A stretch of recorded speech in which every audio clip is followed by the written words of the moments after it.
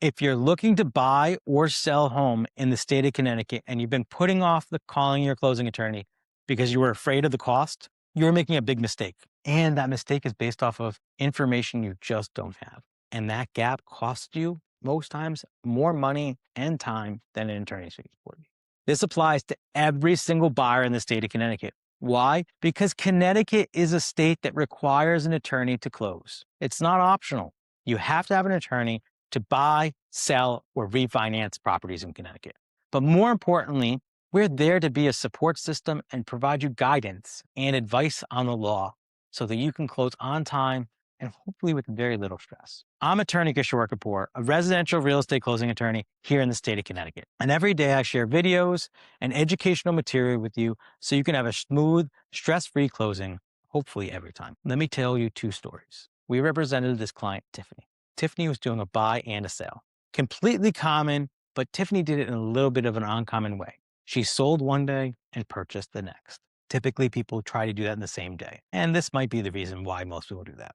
But Tiffany had sold her home, no problems, everything went off smoothly, seller closed, she got her money, great. She's supposed to buy the next day. Her attorney calls her about 4 o'clock and says, Tiffany, unfortunately, I got information from the seller's attorney. I can't close on the property because I don't know how to handle it. First thing, really good job for that attorney. Don't take on something you don't know how to do, right? But that attorney put Tiffany in a tough spot. I know it wasn't intentional, but it still doesn't help the matter. Tiffany calls her realtor and says, I need help. The attorney said she can't handle it anymore and has to resign. Luckily, the realtor knew me, referred me to Tiffany, set up a call for 6 p.m. that night, called Tiffany, explained to her, yes, we can get it done quickly. Unfortunately, it's not going to be the next day. We closed the following Wednesday. Tiffany was happy. She only spent 3 or 4 days on her mom's sofa. It worked out. Now, what was the problem? The problem was that the seller was a foreign person. And if you don't handle a lot of real estate closings, this doesn't come up that often that you know how to handle it. And unfortunately, this attorney did not. But we did. We got it closed. And the sweetest part was all we had to do was send a check and a form to the IRS. It wasn't anything different. But it made a hardship for Tiffany. Now, Tiffany had hired her first attorney strictly based off of cost. Didn't ask any questions about experience, if she handles a lot of closings, if she handles anything else.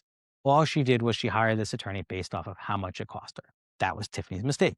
Let me tell you about my client, Margaret, who made a different mistake, but cost her just as much of a headache. So Margaret was selling her house in New Haven County, assumed that every phone call to her attorney was going to cost her money.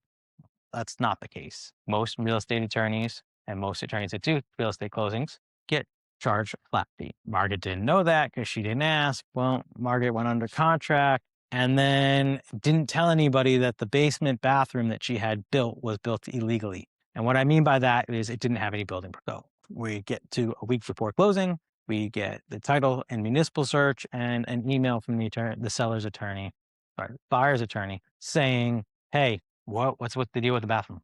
It's done illegal. What do you mean it's done illegal? Well, there's no permits. Free. Hang up with them, call my client. What are we doing? The basement bathroom is illegal. She goes, I knew that. It's like, oh, great. Thank you for telling me. I actually didn't say I thought it, but I said, okay, so the bathroom basement's illegal. You had it built. Do you know who the contractor is? No.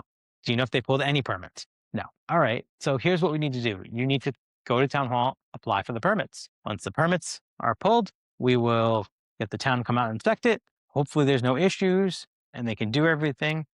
Well, for her, lucked out. There were no issues. The contractor built it according to code. The issue for her was it caused a 6-week delay.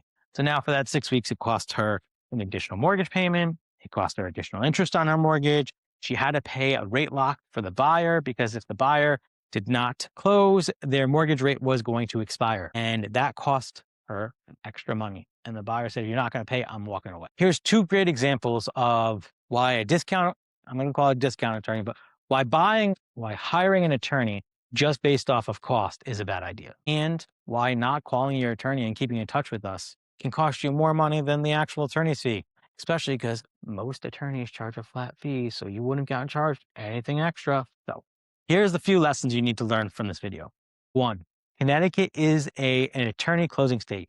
It's law. It means you can't close without us, which I think is a really good thing. And that's not self-serving. It's because you have somebody there to protect you who knows and understands the rules and the laws of the game we're playing.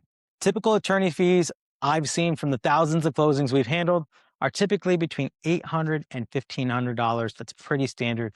But what I would recommend is ask, what does that include and not include?